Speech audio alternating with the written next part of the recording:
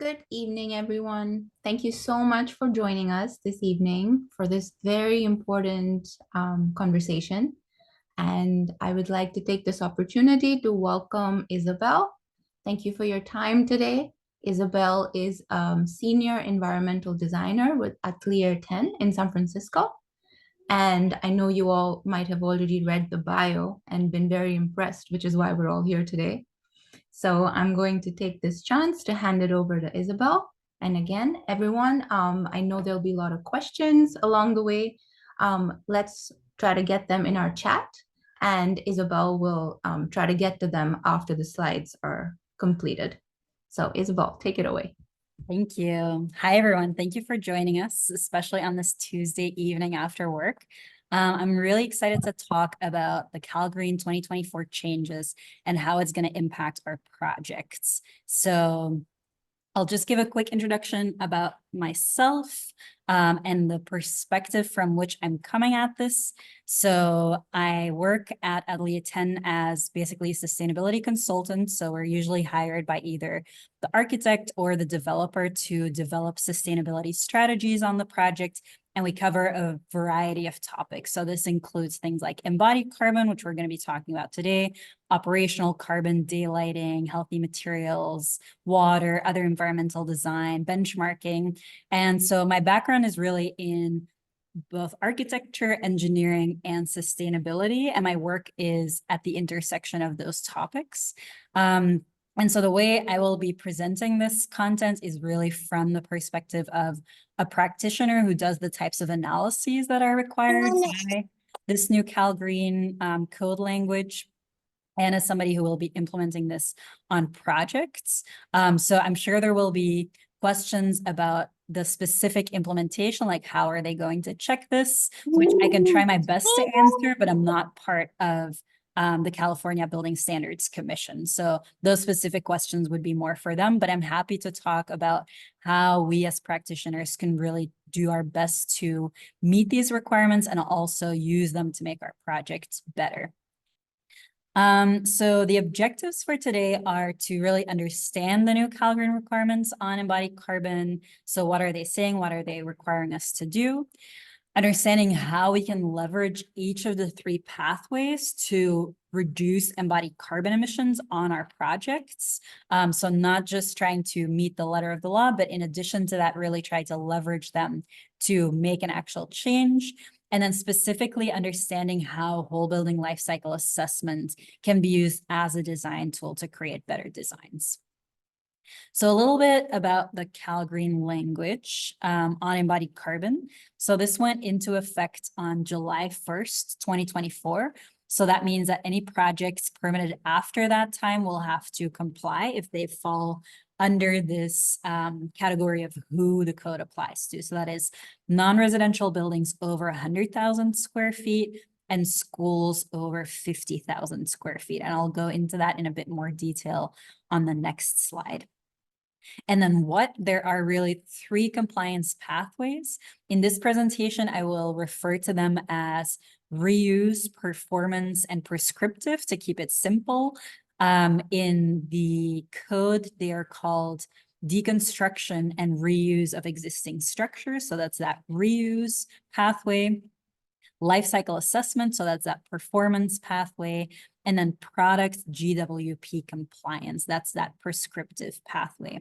And you're already seeing some acronyms on here. GWP, life cycle assessment is also referred to as LCA. So there's a few acronyms that you might just want to familiarize yourself with before getting into this embodied carbon language. So I'll maybe introduce a few quickly up front, but then if you have questions, definitely ask me afterwards, or just keep your own list if you're not familiar with all the lingo. But life cycle assessment is an analysis that looks at the embodied carbon impacts throughout the life cycle of the building. It can also include operational carbon, but in the case of this language, it is just embodied carbon. And then GWP stands for global warming potential. So that is the potential of a product to contribute to global warming. So it's a metric that is expressed in kilograms of CO2 equivalent. So carbon dioxide equivalent. All of the greenhouse gases are converted to one equivalency of CO2 so that we can just talk about it in terms of carbon rather than having to talk about carbon and methane and all the other greenhouse gases. So July 1st, non-residential buildings over 100,000 square feet, and then schools over 50,000 square feet and 3 pathways. This is kind of the very quick things you should definitely remember at the end of this presentation. So more specifically, who is required to meet the code? This table shows all the projects that are covered versus the ones that are not covered.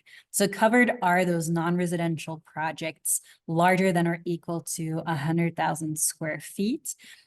On January 1st of 2026, this will expand to non-residential projects larger than or equal to 50,000 square feet. So the idea there was really that larger projects tend to have larger budgets and larger teams, so it's easier for them to accommodate to perform these types of analyses. But as our industry gets more used to seeing these types of requirements, they want to expand it more and more to other projects as well. So that area threshold is going to decrease so that more projects fall under the code. So this is things like industrial buildings, commercial offices, retail, lab, private schools, K through 12, university academic buildings, both public and private, and institutional civic buildings. Also covered by the code are public schools, again, K through 12, and community colleges. And here the threshold is already lower. So this is starting at 50,000 square feet. So what is specifically not covered is those non-residential projects smaller than 100,000 square feet. And again, that threshold will change. Public schools and community colleges smaller than the threshold of 50,000 square feet. And then also projects under OSHPD authority, like hospitals, skilled nursing facilities, and also residential projects under HCD authority, like single family, etc. So this is a good overview to know, does my project need to comply with these requirements or not? Then the 3 compliance pathways, like I mentioned earlier, reuse, performance, and prescriptive. And I added the sections in the code here below so you can easily find them in the full document. A lot of practitioners who do a lot of embodied carbon assessments and look a lot at the environmental impact of buildings currently kind of see this trend of reuse having the largest positive impact, followed by performance, followed by prescriptive. And this might change as the code evolves, but reuse is really the main way that we can reduce the embodied carbon impact of our buildings. After that, performance and conducting a full assessment is the best way, and then prescriptive currently is seen as kind of the easier pathway to achieve. So I'll go through each of these in a bit more detail. For reuse, the requirement is to reuse a certain percentage of the structure and the enclosure of an existing building. So obviously this is something that we don't always have in our control as building designers, right? If the building is a new construction building and we aren't reusing any existing structure and enclosure, then this pathway is already out of the question. But if that opportunity does present itself, it's a great way of reducing the impact of the building. And so the components that are included in this are any existing primary structural elements, the enclosure, so that includes roof framing, wall framing, and exterior finishes, but it also excludes a lot of other components, recognizing that replacing some of those components could actually improve the overall performance of the building. So toward your calculation of your percentage, you're not including things like window assemblies, insulation, hazardous materials, or structurally unsound portions of the structure, etc. There are some exceptions here. So additions that are at least 2 times the area or more of the existing building cannot use this pathway. And then there's the mandatory and the 2 tiers for this pathway. So the mandatory is what is currently required by CALGreen. The tiers can be adopted by local jurisdictions, and they will also be adopted by CALGreen in upcoming code cycles. So the idea here again is the mandatory tier was designed to get the industry familiar with these terms and these requirements. And as we get better, the requirements get more strict. So currently the mandatory requirement is reusing 45% of the structure and enclosure as defined above in that table. Tier 1 will be 75% reuse, and then tier 2 will be 75% reuse plus 30% reuse of interior non-structural elements. The second pathway is the performance pathway. So that is the one where we will conduct a full life cycle assessment. And the requirement here is to show a certain reduction in global warming potential from the baseline. The components that are included here are primary and secondary structural members, and also in this case, glazing, insulation, exterior finishes. And the scope is a 60-year cradle to grave. So I'll explain later what that means exactly, but this table gives a nice overview.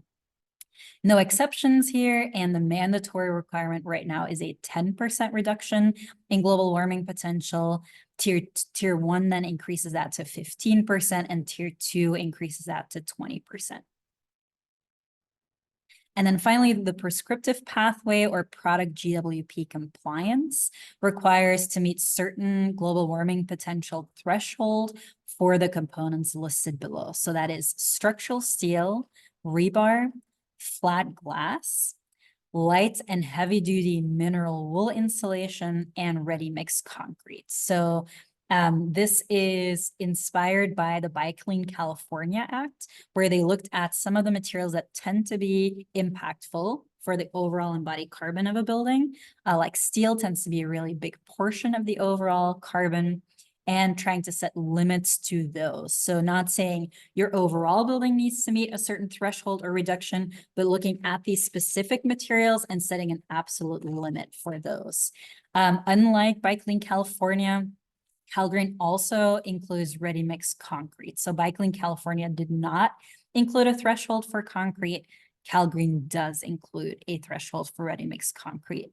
And there was, from my understanding, some discussion between these institutions and the industry, so the manufacturers of these products, to set thresholds that are doable, but still lead to improvement in the long term. And so they are industry-wide averages.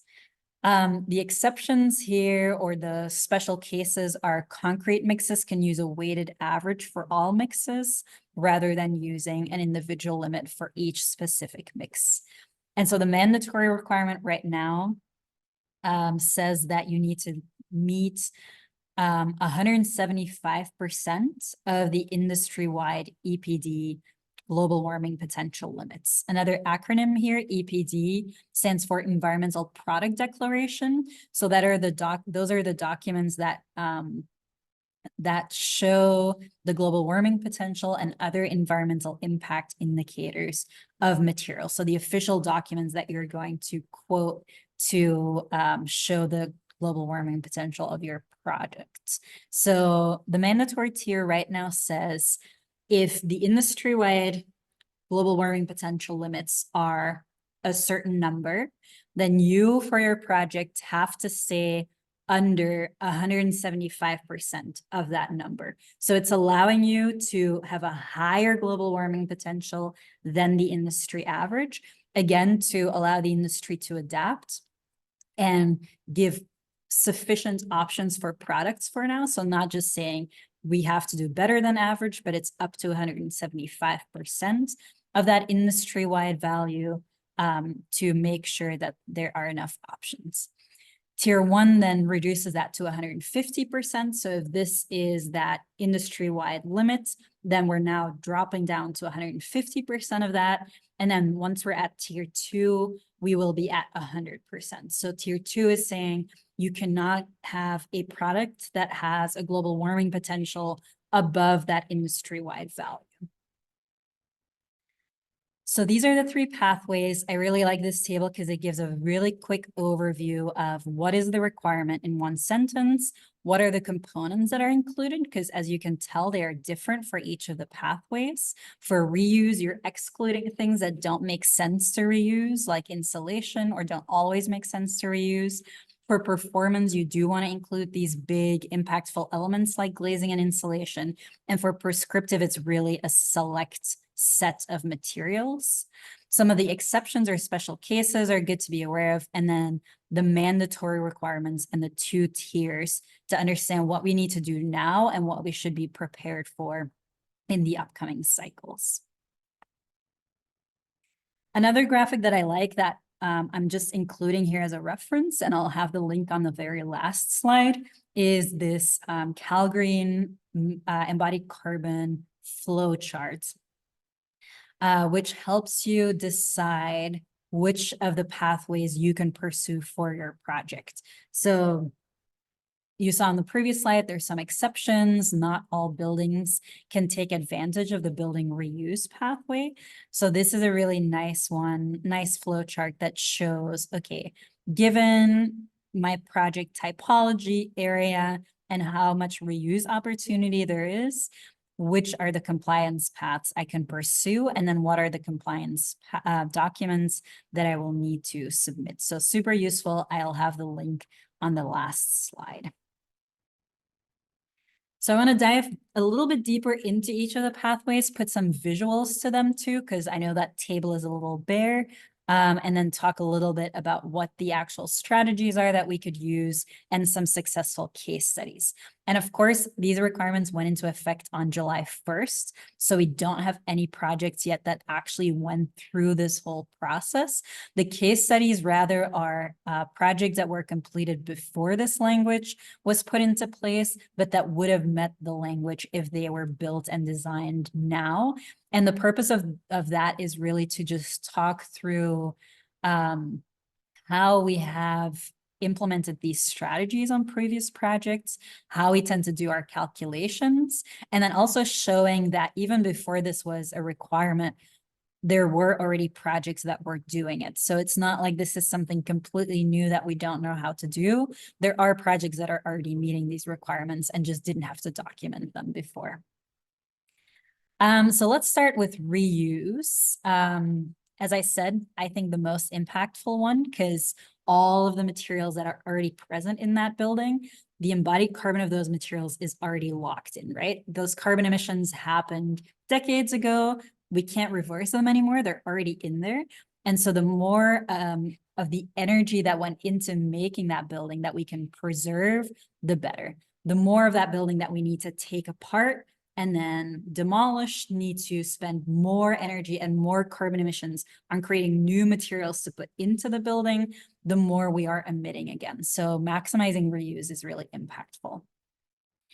Like I said before, this requires that an alteration or addition to an existing building shall maintain at a minimum 45% combined of the existing building. And here is a visual that shows a bit more clearly what all is included in this. So for the building enclosure, this includes roof framing, wall framing, and exterior finishes. For the structure, this includes all primary structural elements. So CALGreen counts toward that: walls, beams, columns, floors, lateral elements, and foundations. Things that we can exclude are window assemblies. So you can feel free to replace your single pane windows with double pane windows without taking a penalty for this requirement. Insulation can also be replaced and upgraded. Portions of the building deemed structurally unsound or hazardous. So of course they wanted to make sure that projects that are taking on an existing building that has some challenges aren't being penalized for this pathway. And then in the same vein, hazardous materials that are remediated as part of the projects. So when you are calculating this 45%, all of those things can be excluded And only the elements on the left, building enclosure and primary structural elements, will be included. So 45% of only those elements needs to be maintained. So a little bit more on why we want to reuse buildings. So we have a lot of buildings already. A lot of them are not very efficient in terms of operational carbon, but we can't afford to replace them all, nor in terms of carbon, probably not in terms of costs either. We also could not afford to leave them alone in terms of carbon emissions. And so for new construction, we build a lot of buildings. They are efficient to operate, but not to build, right? We have lower operational carbon emissions, but higher embodied carbon emissions because we're creating a lot of materials from scratch, and we cannot afford to keep building them all from a carbon perspective. So the goal here is really to maintain enough of the existing building to save significant embodied carbon, but then upgrade enough of the existing building to improve operational carbon performance. So that's where upgrades like windows and insulation come in, right? We want to save operational carbon over the long term while also minimizing our embodied carbon expenditure upfront. So a fun case study here is an office tower that we worked on in San Francisco. This project was pretty unique in that it consisted of a new building, a historic renovation and expansion, and also a reuse project. And the office tower consisted of a major renovation and then an extension, which makes the process a little bit less straightforward than for a new building. So they retrofitted the structural lateral system, added in new MEP systems, elevators, architectural finishes, a completely new curtain wall enclosure. So that whole enclosure was replaced. The existing floor plates will be expanded to increase the square footage, and the top levels of the tower may be rebuilt as a new structure within the existing building height. So quite a few impactful changes to the building, but also quite a bit of it was maintained. So for this project, when it happened, we actually did a full life cycle assessment, which is shown in the graphs here. So that's not required for this pathway, but this is just to show how much embodied carbon we can really save by reusing existing buildings. So the graphic on the left shows the carbon emissions on the vertical axis. So it's tons of CO2 equivalent on the vertical axis. And this is just for stages A1 through A3. So for those not familiar with embodied carbon, A1 is the extraction of raw materials.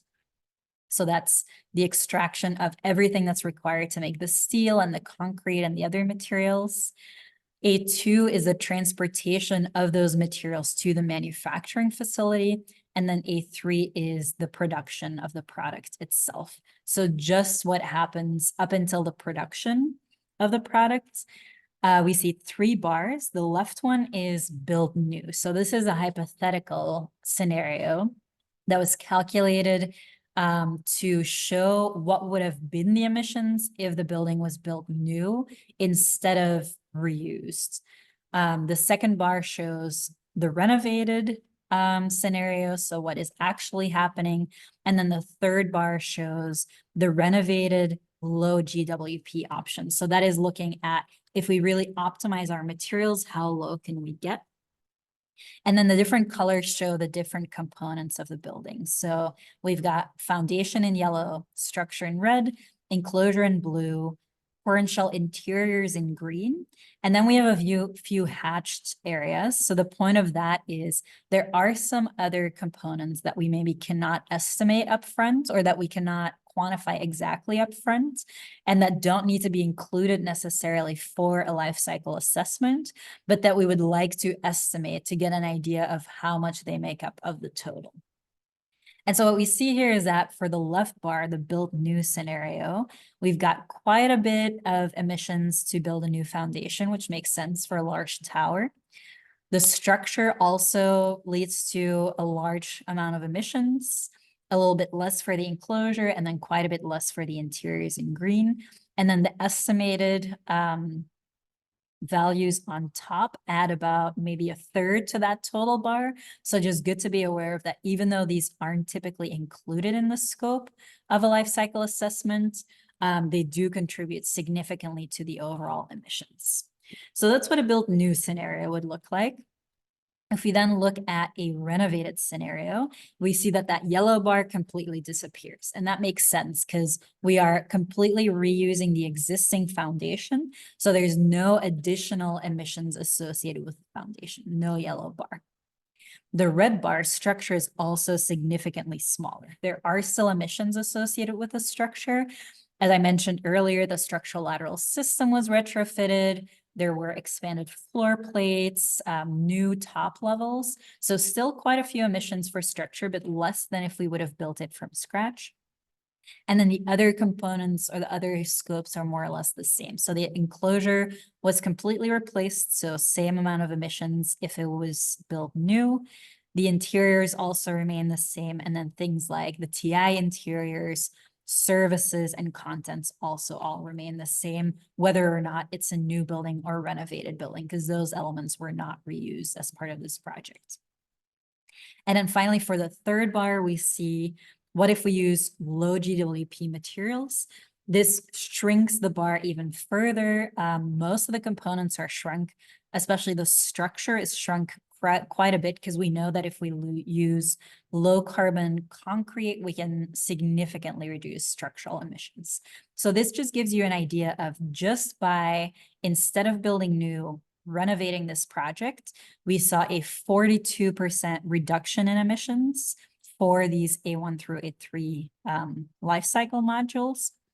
If we further use low carbon materials, we see another 39% reduction. So this is really what I was referring to earlier when I said that reuse is the most impactful pathway. These types of reductions are much harder to achieve when we are building a building from scratch and just using other strategies like low carbon materials to reduce carbon emissions. Reuse really gets you large reductions even without using any low carbon materials. And then the right graphic is interesting as well because this shows the emissions over the whole life. So this is not just during production, this is also transportation to the construction site, construction itself, the use of the building, so any replacement and maintenance, and then the end of life scenario. So what if materials are landfilled, incinerated, recycled over that whole life cycle? What are the emissions? And what we see here, this is for the renovated scenario. So no foundations, where we do have the structure, the enclosure, and the interiors. We see that all those hatched areas become a much larger piece of the overall bar because those are things that tend to be replaced much more often during that building life cycle. So whereas the structure is built once up front and has upfront emissions in the beginning of the building life, things like interiors and MEP systems will have to be replaced and maintained much more often. And so their overall emissions over the whole life will be much larger. So for this specific project, we estimated a high scenario, a median scenario, and a low scenario based on different assumptions. And we see that that changes what the bar looks like, and there's quite a bit of a range also. So this type of analysis, not necessary for a reuse project, but a really good illustration of the impact we can have, the real world impact by following this reuse pathway whenever we can. Another fun project that I like to present is Horton Plaza in San Diego. Some of you might be familiar with this project, maybe not what it looks like on this rendering here at the bottom, but if you've seen the project before it was renovated, it was this really funky mall with a lot of different colors and shapes, really unique architecture. And this project was also turned into an adaptive reuse project. So turned into some office program, other commercial program, and really try to reuse as much as possible of the good bones of the project that was already there. So in terms of embodied carbon strategies, both the substructures, so the foundations, and the superstructure were reused. They used reduction strategies for the concrete embodied carbon, and they also use low carbon facade panels. And so on the right, again, you see our analysis for the embodied carbon of this project, where we started with an estimate at 100% CD, then another one at 100% DD design. So that was different design options. And then finally the 100% CD design, which they ended up with, which was the adaptive reuse. So the bar all the way on the left shows what if they would have built a completely new building versus the one on the right shows what does it look like now that we were able to reuse so much. So again, the yellow bar for the foundation disappears almost completely. The structural bar in this case is squeezed a lot. It's much, much smaller because a lot of the structure here was reused. And then the enclosure and interior or the enclosure is shrunk a little bit, interiors is the same, but overall huge reduction, 73% for this specific project. And the fun one about this one is that in addition to those embodied carbon strategies, there were also a lot of operational carbon strategies. So this project very much applied that principle of let's keep what we have and what still functions well and doesn't impact performance. And let's upgrade the elements that do negatively impact performance so that we can have a building with both a low upfront embodied carbon and also low operational carbon emissions throughout the building life cycle. So this project features things like a high performance window system, a window to wall ratio that was really thought through, efficient lighting fixtures, energy efficient systems, also low flow faucets, and there's also on-site PV for this project. So this is a really cool. So in terms of implementation, at the bottom of the slide, it says the source of this is the CALGreen supplements guide. That's another document that I linked all the way at the end of this presentation, which is really useful in that it kind of gives some side notes to the CALGreen language, and it also has several calculation examples, which are really helpful if you are doing the actual worksheets and calculations and you want something to look at as a reference. And so they identify 4 steps to implement the reuse pathway. The first one is identifying elements of the existing building that can be reused. So do we have any hazardous materials that we have to get rid of? Do we have any windows that we want to replace? And then within the materials that cannot be excluded, which of the structural elements can we realistically reuse? Second step would be to determine the percentage of existing elements that are retained. So within that blue frame from earlier of elements that have to be included, which ones are we not reusing? Which ones are we reusing? And then what is the ratio of materials that are being reused over the total elements in the building? Step 3 would be providing calculations demonstrating that 45%. And then finally, step 4 is show this on a demolition site or building plan for documentation purposes. So 4 pretty easy steps. Obviously, a lot of design thinking goes on behind this before being able to do these calculations, but overall, a pretty straightforward implementation. Okay, I'll move on to the prescriptive approach. The reason I'm doing it in this order is so that I can dwell a little bit more on the performance approach at the end, since that is my favorite after the reuse, which we can't always choose to work on. The prescriptive approach, as the name implies, is much more about setting specific limits.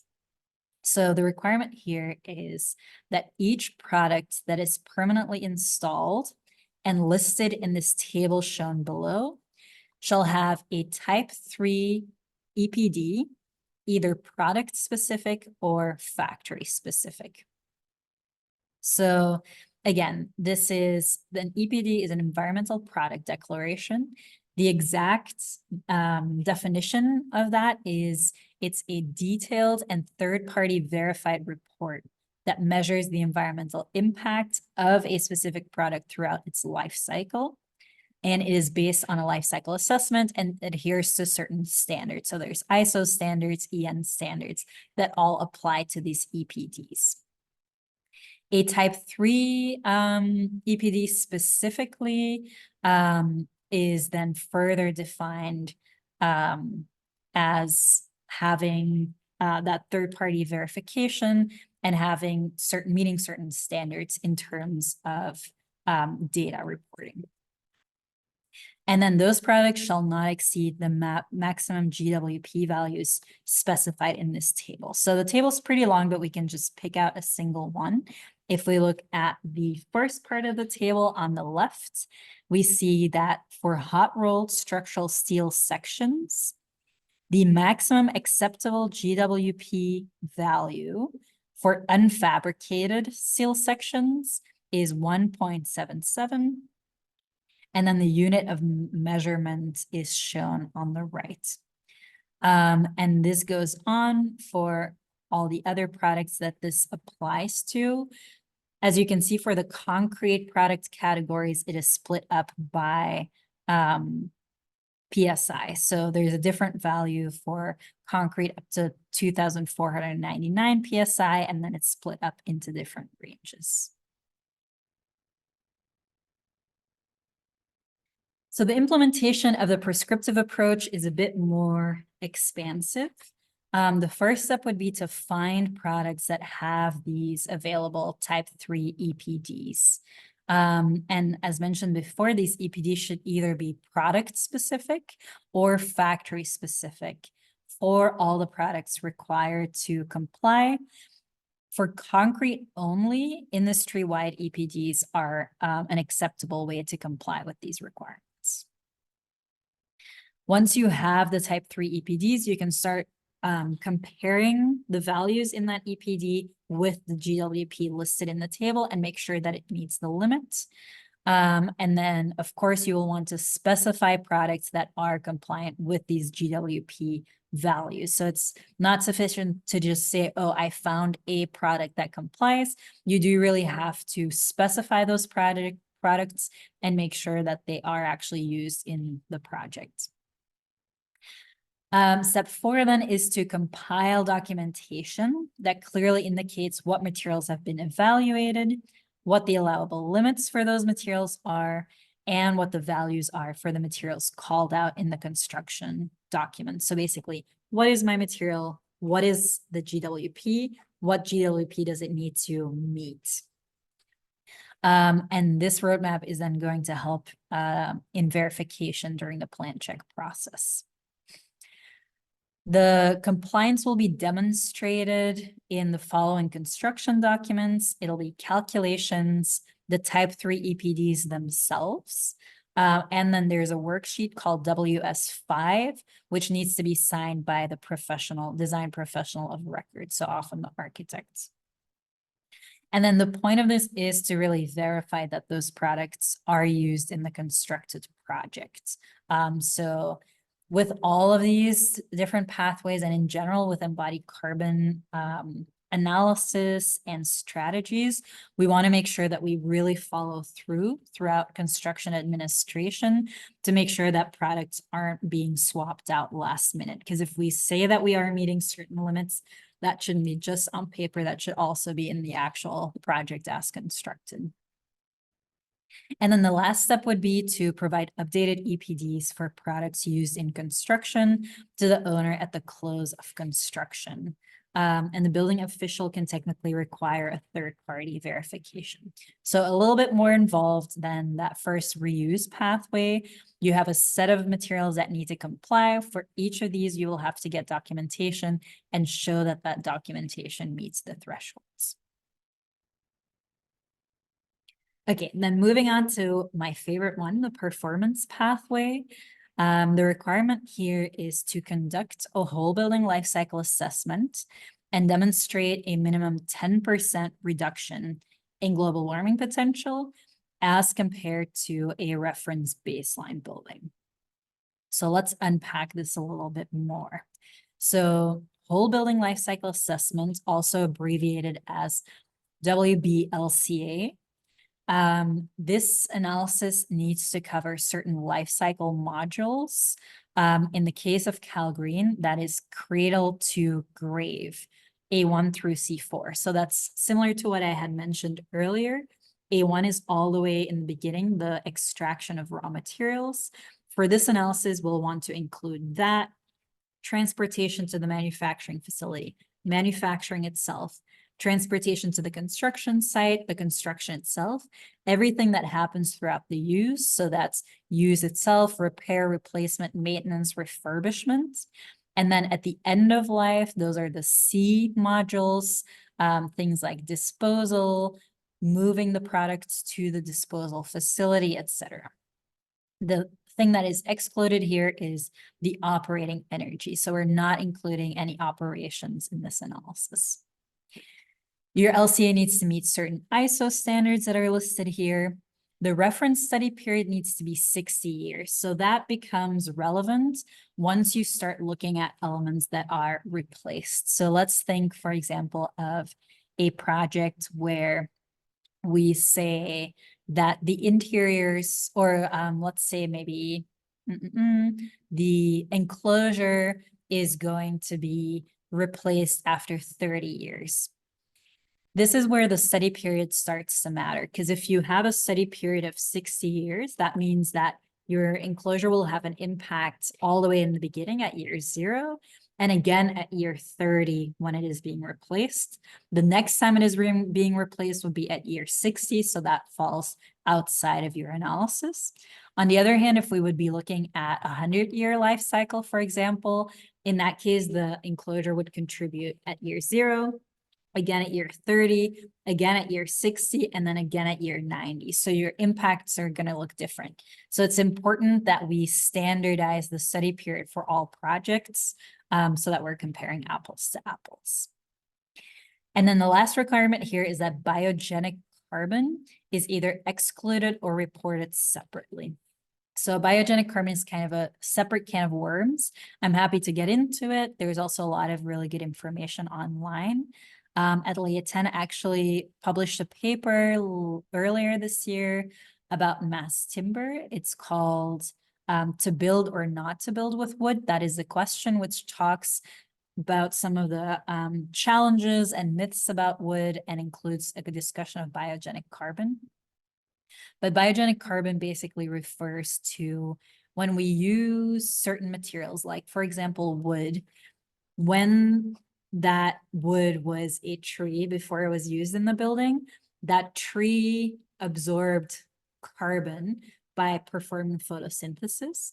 That carbon was stored inside of the wood, and then a certain amount of that carbon remained stored in the wood when that wood was used, made into a building product, and put into the building.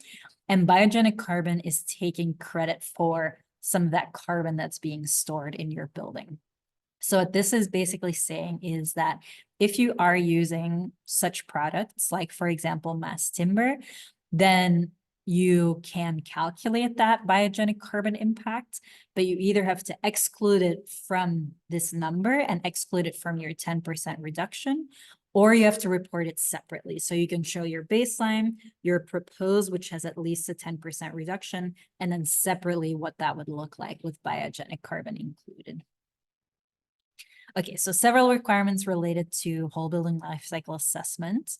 There's also several requirements that talk about what your reference baseline building is, because of course, when you are showing a 10% reduction in comparison to a baseline, it matters a lot what that baseline is. If your baseline is an awful building with huge carbon emissions, then it'll be much easier to show a 10% reduction from that, versus if your baseline is a great building that already has really, really low embodied carbon emissions, it would be much harder to show a 10% reduction from that. So there's some guidelines that help you define your reference baseline building. It has to be of a similar size, function, complexity, type of construction, material specification, and location as your proposed building to make sure that you're comparing apples to apples. It also has to meet the requirements of the California Energy Code. and HFC regulations. So you can't have this awful baseline building that doesn't even meet code and then say, oh, I'm doing so much better than this building. Your baseline building also has to meet all the applicable codes. And then finally, it just says that the baseline model can use some default assumptions. So a little bit more about the specific requirements. For the performance pathway, we want to include all of the building enclosure and primary structural elements. So that includes exterior finishes. It also includes glazing assemblies. So where glazing assemblies were excluded from the reuse pathway, we do want to quantify the embodied carbon impact of the new glazing that we're putting into our new construction building.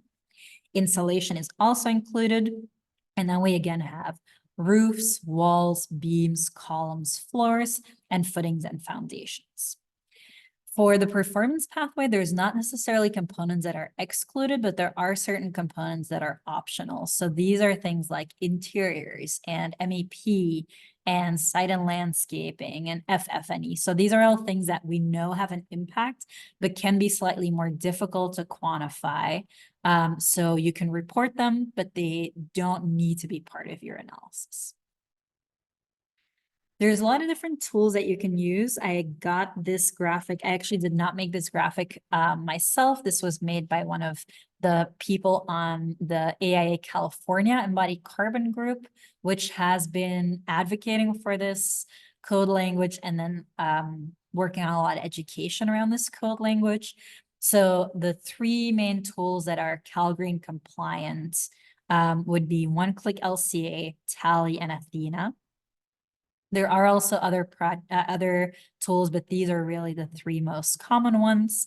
The first two are paid, the third one is free. This indicates which scopes they cover and then how data can be imported via Excel or Revit. So this is just a useful overview. And just to point out that EC3 and the EPIC tool are not LCA tools. So these are very useful tools that can be used to do early assessments of embodied carbon in the case of the EPIC tool, or set a benchmark for embodied carbon, or in case of EC3 can be used for individual products and materials, but they're not used for a whole building life cycle assessment, and so they're not CALGreen compliant. Then a really fun case study here is the San Mateo County Civic Center, which some of you might be familiar with. So this was a project with really ambitious sustainability goals.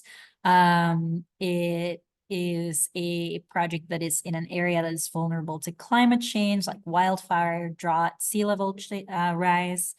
And the interesting thing here was because it's a government building, there is also a certain weight to it. This project has to look good, it has to last a long time, but they also had really high sustainability aspirations. So that's what made this project a really interesting one. So the project is a mass timber project and is really used as a testament to San Mateo County environmental stewardship. So these are some of the interior renderings, which show that beautiful mass timber structure being exposed. And then a lot of the interior materials were also chosen to be wood to complement that biophilic aesthetic. And these are some of the photos that our team took during the last site visit. I'm sure things have come together even more since then, but the exposed wood really adds this really nice, warm quality to the project. So for this project, Atelier Ten performed a whole building life cycle assessment. So we again see the embodied carbon on the vertical axis. In this case, embodied carbon intensity. So that is the embodied carbon expressed per square meter of floor area to normalize it. So this value helps us compare the embodied carbon of different buildings, similar to how you would use an EUI, energy use intensity, to compare the energy use of different buildings. The first bar here shows a concrete baseline. So that is a hypothetical scenario in which the building would have been built out of concrete instead of mass timber. The second bar then shows our timber baseline. So just doing a mass timber baseline instead. The third bar shows a timber optimized building. So that is a timber building and looking at other strategies like low carbon concrete, low carbon rebar, low carbon insulation, and low carbon gypsum board. And then finally, the fourth bar shows this optimized timber scenario with biogenic carbon. So following the requirements in CALGreen, biogenic carbon is reported separately, not as part of these other scenarios. So what we see is just by going from concrete to timber, we're already seeing a reduction of 27% in embodied carbon. So a significant reduction. And this by itself would have already met the current CALGreen requirements. By also using the optimized materials, we're seeing a 34% reduction from the baseline, so even more significant. And then finally, if we include the impact of biogenic carbon, we see almost a 70% reduction from the baseline, so really significant. And so for this project, we worked together with the team really closely to make this mass timber structure happen, and to also lower the volume, the overall structural volume of the building, reduce the piece count, and then also pare down the number of steel components. So this project was completed before this CALGreen language, but if we would have filled out the forms for this project, there is the non-residential checklist, which has this box where you would check yes, list the LCA consultant's name, and then the sheet number where the specific worksheets are attached. And then this is an example of what those filled out CALGreen worksheets would have looked like for this specific project. So we have, again, the modeler, the date, the phase, the study period, which tool was used, whether or not biogenic carbon was included, the floor area, and then all these numbers at the bottom that show our overall carbon emissions. Another fun project that illustrates that we don't have to use mass timber to get reductions is Emery Yards B2 in Emeryville, which we worked on with FLAD. So this is a really nice rendering by them. And this shows our life cycle assessment for that project. So again, we've got our global warming potential or embodied carbon on the vertical axis, and then different scenarios on the horizontal axis. Starting from our baseline, we saw that if we just optimize the insulation, we're seeing a 1% reduction in embodied carbon. So not enough to meet the requirement, but something, and also not negligible given the volume of insulation in relation to the volume of overall building material. For concrete optimization, we saw a 6% reduction. So there's already a large volume of concrete in the project. The carbon emissions aren't negligible. It's that light red bar. And so by squeezing that, overall 6% reduction. Steel optimization then by itself gave us a 7% reduction. So as you can see, the dark red steel bar is a really big part of the overall emissions. And so getting low carbon steel had a pretty significant impact. So we can then see that the cumulative optimization for this project resulted in a 14% reduction, which would meet the current CALGreen requirements of a 10% reduction. And this is for not a mass timber building, it's just a steel and concrete building. So just by looking at low carbon materials and really working with the concrete supplier to get low carbon concrete, we can get over that threshold of 10%. And then this page talks a little bit about what are acceptable reductions and unacceptable reductions for a life cycle assessment. So I won't go into these in too much detail, but you can read them afterwards. But things that are acceptable are structural design optimization. So really looking at the structural grid spacing, the dimensions of structural elements, reducing rebar by post-tensioning slabs, reducing foundation if we have a more lightweight structure, things like that. We can also select low carbon materials. So this is conventional material. So in the baseline, we would have the conventional materials. In our proposed, we would have a lower carbon alternative, like for example, low carbon concrete, or or sorry, in this case, we would have, if the baseline was concrete or steel, our proposed could be a less conventional material, like, for example, wood structural materials. And then the last one listed here is specification and procurement. So if our baseline is just the regionally applicable industry-wide EPD, then the optimization could be a low carbon product. So a low carbon steel, for example. Things that are not acceptable reductions are just standard structural design refinements. So if early on in the design, we have certain material contingencies and estimations, and then as the design progresses, the structural calculations are refined, and we just have a better idea of the realistic structural quantities, those reductions would not count as reductions in embodied carbon, since those would have happened anyway, and aren't actual reductions, they're just refinements. So to round out this performance pathway, it is a really interesting process that you can weave into your design process and use as a design tool. So rather than trying to meet prescriptive requirements and kind of checking off a list of individual materials, using life cycle assessment as a design tool can really help you work in a more integrated way with a structural engineer, maybe a sustainability consultant, and really try to make the project better. And sometimes this can align with costs. Sometimes this is things like reducing material volumes. Sometimes this can be cost neutral, like in the Bay Area, when we start coordinating with concrete suppliers early on, we can often get a low carbon mix at no cost premium. And then sometimes there might be a slight cost premium, but it's worth the trade-off with other metrics. So it's a really interesting design process. And this gives an overview of how we typically approach a life cycle assessment. So that is first setting a target for a 10% reduction or for an overall carbon intensity. So if you remember that one vertical axis that had carbon intensity, so that is per square meter of floor area, we can set a limit to that so that we have an absolute target that we're aiming for. Once we've set a target, we start strategizing. How can we reduce the embodied carbon to actually achieve our targets? So that can be thinking about things like, can we consider a mass timber structure? Can we look at our massing, our structural design?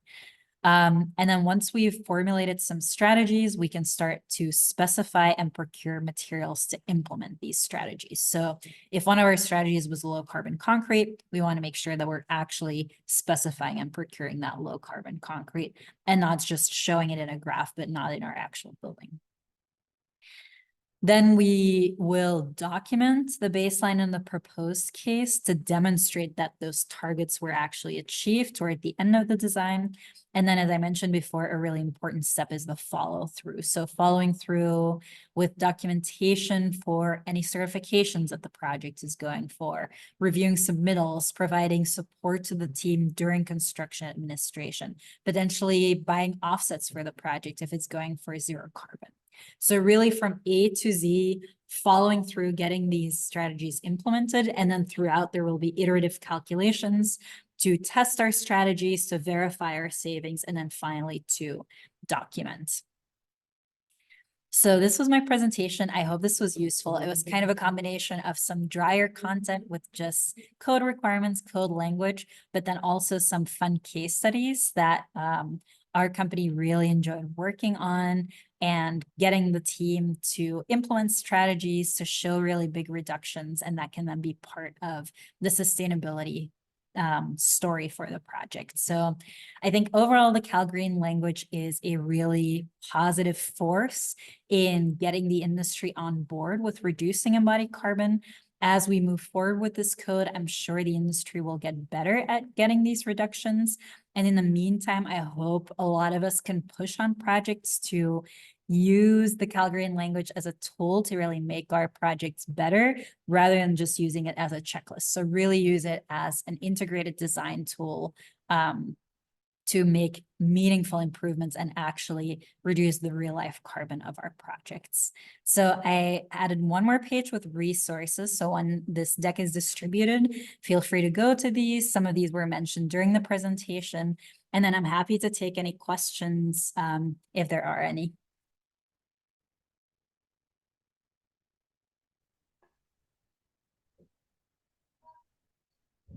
I'll have a look at the chats. Okay, great. Okay, let's I can kick see. off with one question that came to mind, and I'll just use this instead of the chat. At what stage of the project do you typically like to join the design team? And what is an advisable point for you to come in to make sure that the project is successful? Yes. Okay. So the first kind of stereotypical answer is as early as possible. One graphic that I maybe should have included is one that shows the inverse relationship between accuracy of the assessment and impact, which is one that I really like to talk about, because the earlier on in the project, the less high quality your information is, because you have to make a lot of assumptions. There's a lot of things that you don't know yet. And so you might be inclined to say, oh, okay, let's just wait till we have better information, not start any analysis yet, wait till later and we have more certainty. But the problem is, as more and more decisions are made and information becomes available, that also fixes certain aspects of the design. So for example, once your massing is set, you are not going to make any significant improvements anymore to the embodied carbon associated with that material volume that might be associated with a really big overhang or a really big span. Or once you have decided that it's going to be a steel or concrete structure, you are foregoing any reductions with mass timber. So as we are making all these decisions, we're also excluding certain reductions. And if we wait too late with doing the analysis, the impact that we're having is really not that meaningful anymore. We're really just calculating what was already decided instead of using the analysis as a tool to inform decisions. So from that perspective, earlier is better. I would say, so in some projects, we are involved in SD, which is great because then we can really do early analysis that can inform the design. I would say to show meaningful reductions, DD would really be the latest ideally. And then if we're brought in during CD, we can still do a really good analysis, and we can still inform the selection of low carbon materials, but often by then a lot of the choices that would impact the material volumes, for example, have already been made. Thank you. That was really helpful. And I'll hand it over to William, who has a question. Yes. We went through a recent form filling out, if you will, for a project in San Carlos for CALGreen. And unlike other things in the plan check, there was absolutely no feedback, no questions, no challenges, no anything. So the question I have is, when we do Title 24 and we use our consultants, we have a very good energy consultant that helps us with Title 24 energy. There are specific metrics that we have to meet. What I am sort of gathering so far for CALGreen, you have lots of targets, but you have no way of necessarily, other than running a set of calculations that are not verifiable in all cases. The scoring is not clear. So what, where do we get to specific metrics? Is there software like Title 24 where specific metrics can be properly illustrated? You're a consultant that does this, but I guess my principal question is, who is scoring on the plan check side? I'm suspecting that there's not much scoring. I'm suspecting that plan checkers look to see if the forms are filled out, and that's the extent of it. Can you comment? Yeah, definitely. I think that's a great question. And I think you mentioned energy modeling, and I do think in a lot of ways this is similar to energy model. So for an energy model, we create a 3D model of the project and we assign it a bunch of assumptions, and then we run an annual simulation. And based on that, we'll estimate the annual energy use of the building. For a whole building life cycle assessment, similarly, we would compile material quantities that often come from a 3D model. Sometimes they come directly from a contractor. We put those in modeling software, assign those certain assumptions that we think are reasonable for the project. And then based on those assumptions, we do a calculation that then results in the overall carbon emissions. So the metric there would be kilograms of CO2 equivalent. So the carbon dioxide equivalent of all the greenhouse gas emissions. So in terms of metrics and kind of process, I think it's pretty similar to energy modeling. In both cases, you're creating a digital model of what you think is a good approximation of what's going to be constructed. And then based on certain assumptions, you calculate an estimated impact of the building. In terms of plan checks, I'm a little less equipped to answer that question, since that will be in the hands of the California Building Standards Commission and the plan checkers. From what I have heard, there is significant education of plan checkers underway to create a better understanding of the concept of embodied carbon and carbon metrics. In general, this is new language and kind of first of its kind in the United States. So I'm assuming there is also still some figuring out to do in terms of what the level of detail is that these things are checked at, and how much of the background information is being checked. But there are, for each of the pathways, there's a worksheet where you need to enter certain information. So for example, I'll quickly pull the one up again for the whole building life cycle assessment. So this one does ask you for actual numbers and metrics that you need to submit. And then there's a certain level, I think, too, of the designer of record saying that they certify these numbers. So there's a level of, I guess you could call it, trust too, that the person who signs this has done their due diligence and testifies that these numbers are as accurate as possible. I don't want to take time away from others who may have questions. There's also the issue of selecting methods for construction that don't have a track record. We are doing an all concrete residence for purposes of resiliency in a burn area, along with some other purposes. But the effort is, we're going to be making is to not only get low carbon concrete, but we're trying to get enough information about the lime mixes that have been studied by MIT regarding the findings of how well ancient Roman architecture has performed concrete-wise, but there are no really available proofs for that if we go forward. It's a residential structure, so it's not going to be part of what you're talking about here. But if one were doing a larger structure or a commercial or a large residential commercial structure, how do you approach, or can you approach things where you have no proven metrics? Yes. So just to make sure that I understand the question, you're saying in this case, those specific types of concrete would not have published values that show the embodied carbon impact? Correct. Yes. Yeah, so that can definitely be challenging. I agree. And again, to draw the parallel line, I think it's similar to how in some energy modeling software, you can't fully take credit for all energy efficiency measures just because of limitations of the modeling software.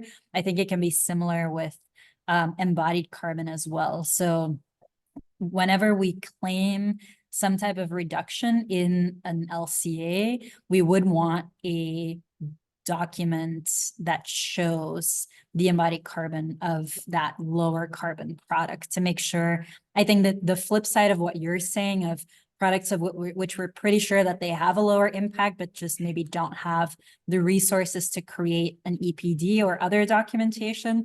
The flip side of that is we also don't want product manufacturers to just make empty claims about the environmental benefits of their products without having to verify it. So I think in general, we would err on the side of, to take credit for it in our model, we would want to see third-party verified documentation.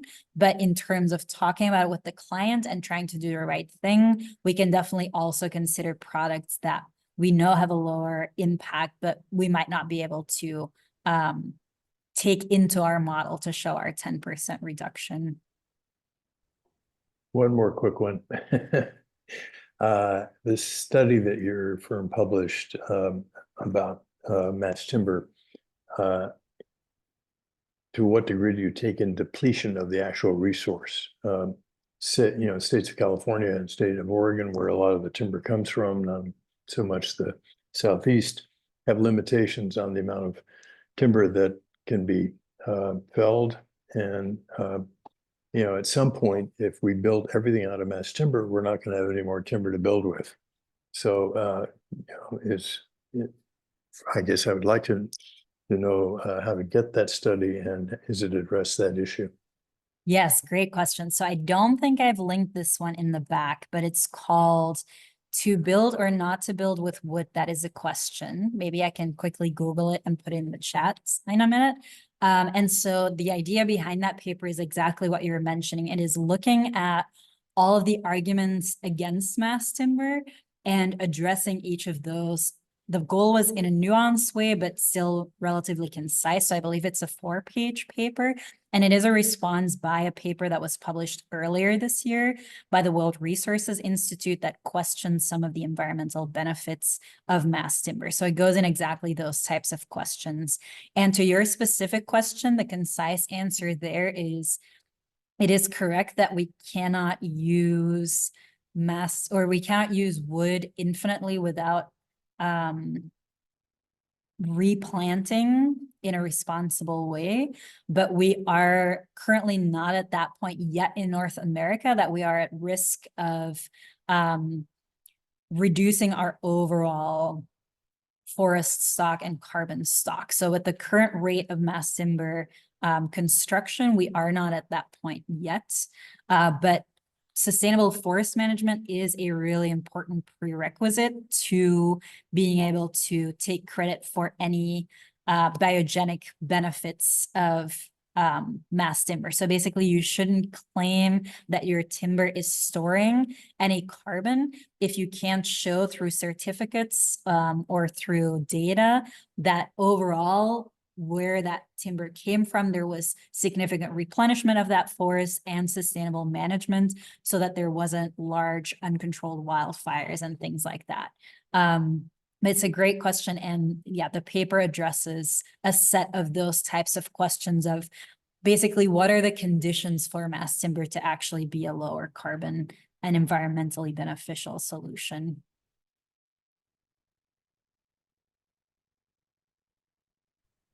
Thank you very much. And I believe we have one more question to close up the evening, and everyone else, you're welcome to email us your questions, as I mentioned in the chat.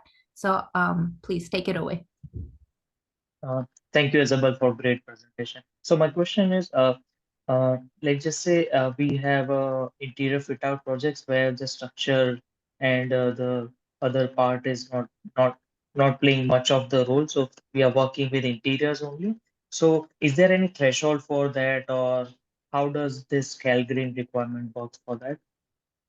Yes. Okay. So just to make sure, so you're saying structure isn't playing a huge role in, is that? Yes. Yeah. So we got the base building and we are playing with the interiors only. Oh, yes. Okay, I see. Yes. So I don't think I added that much detail to these slides. But at least the supplement guide has a bit more information, because this in general is meant to apply to, sorry to switch through all of this. This in general is meant to apply to new construction and major alterations and additions. So I would have to double check, but I believe for your project, you could easily qualify for the reuse pathway using this flow chart, since you are reusing all the existing structure and enclosure, and what you're really changing is the interiors. And then through a pretty simple calculation, you would be able to show that you are basically automatically complying with that reuse pathway. But I would maybe quickly check the supplement guide, which is linked all the way at the end. Let's see. Yes, so the supplement, the first line is the actual code language, and then the second link is that guide that has some side comments and example calculations. So I think that would be a good document to double check if you could just use that reuse pathway and comply with the code that way. Okay, I'll definitely. And is there any threshold for any like a specific project, like your emission per meter square should be some 1,000 kg CO2 lower than something like that, or no? No, not for CalGreen. So that goes back to this graphic that I showed. The first step when you're setting a target, you can either set an embodied carbon intensity, which is what you mentioned, which would be kilograms of CO2 equivalent per square meter. And that's a methodology that's used by ILF5, for example. When you're getting zero carbon certification, there is an absolute limit to what your emissions can be. The alternative approach is to show a % reduction from a baseline. So that's what LEED has been using, and that's what CalGreen has decided to use too.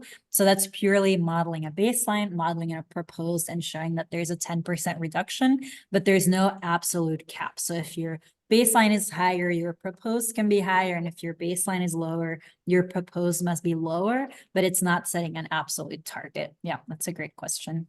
Yeah. Okay, that's it from me. Thank so you. Thank you very much. I think today that's all the time we have for questions. But again, I invite everyone to reach out to us through email. If there's any other questions you have or something you couldn't get to today, we will make sure we get those questions compiled. And our hope, as our community is growing and we're sort of coming back with a bang, I hope you all know that. We're planning follow-up events next year. So if this is a topic of interest and we have more questions for projects, we'll be happy to host something again next year. And in the meantime, please join me to say thank you to Isabelle for this very informative presentation. And we really appreciate your time. Thank you very much. Thank you. Thank you all. Yes, thank you. Have a good night. thank you, everyone. Thank you, Isabelle. Thank you.